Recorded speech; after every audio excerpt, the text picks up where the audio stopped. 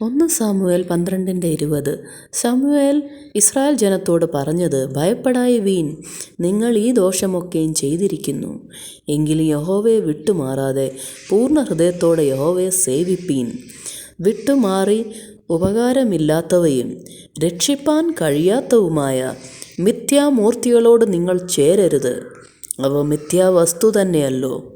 യഹോവ തൻ്റെ മഹത്തായ നാമനിമിത്തം തൻ്റെ ജനത്തെ കൈവിടുകയില്ല. നിങ്ങളെ തൻ്റെ ജനമാക്കിക്കൊള്ളുവാൻ യഹോവയ്ക്ക് ഇഷ്ടം തോന്നിയിരിക്കുന്നു. ഞാനോ നിങ്ങൾക്ക് വേണ്ടി പ്രാർത്ഥിക്കാതിരിക്കുന്നതിനാൽ യഹോവയോട് പാപം ചെയ്യുവാൻ ഇടവരരുതേ. ഞാൻ നിങ്ങൾക്ക് നല്ലതും ചൊവ്വുള്ളതുമായ വഴി ഉപദേശിക്കും. യഹോവയെ ഭയപ്പെട്ട് പൂർണ്ണ ഹൃദയത്തോടും പരമാർത്ഥയോടും കൂടെ സേവിക്കുക മാത്രം ചെയ്വീൻ. അവൻ നിങ്ങൾക്ക് എത്ര വലിയ കാര്യം ചെയ്തിരിക്കുന്നു എന്നോർത്തുകൊള്ളുവീൻ. എന്നാൽ നിങ്ങൾ ഇനിയും ദോഷം ചെയ്താൽ നിങ്ങളും നിങ്ങളുടെ രാജാവും നശിച്ചു പോകും.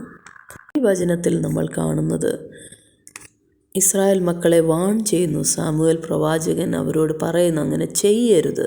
യഹോവയെ വിട്ടുമാറാതെ പൂർണ്ണ ഹൃദയത്തോടെ നാം ദൈവത്തെ സേവിക്കണം. പൂർണ്ണ ഹൃദയത്തോടെ, പൂർണ്ണ മനസ്സോടെ, പൂർണ്ണ ശക്തിയോടെ, പൂർണ്ണ ബലത്തോടെ ദൈവത്തെ ആരാധിക്കുകയും സേവിക്കുകയും വേണം.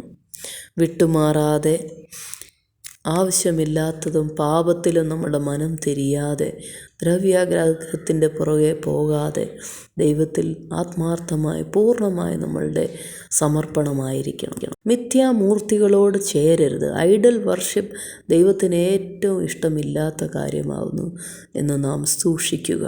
നമ്മളുടെ ജീവിതത്തിൽ പല ഐഡൽസ് ഉണ്ടാകും, പല ബിംബങ്ങളുണ്ടാകും, മിഥ്യാമൂർത്തികൾ. പല കാര്യങ്ങളും നമ്മൾക്ക് മിഥ്യാമൂർത്തികളാണ്. അവയെല്ലാം അകറ്റുക. ദൈവം നമ്മളെ ആഴമായി സ്നേഹിക്കുന്നു. നമ്മൾ പ്രാർത്ഥിക്കുന്നതിന് മുന്നമേ തന്നെ ദൈവം നമ്മൾക്കായി കരുതുന്നു.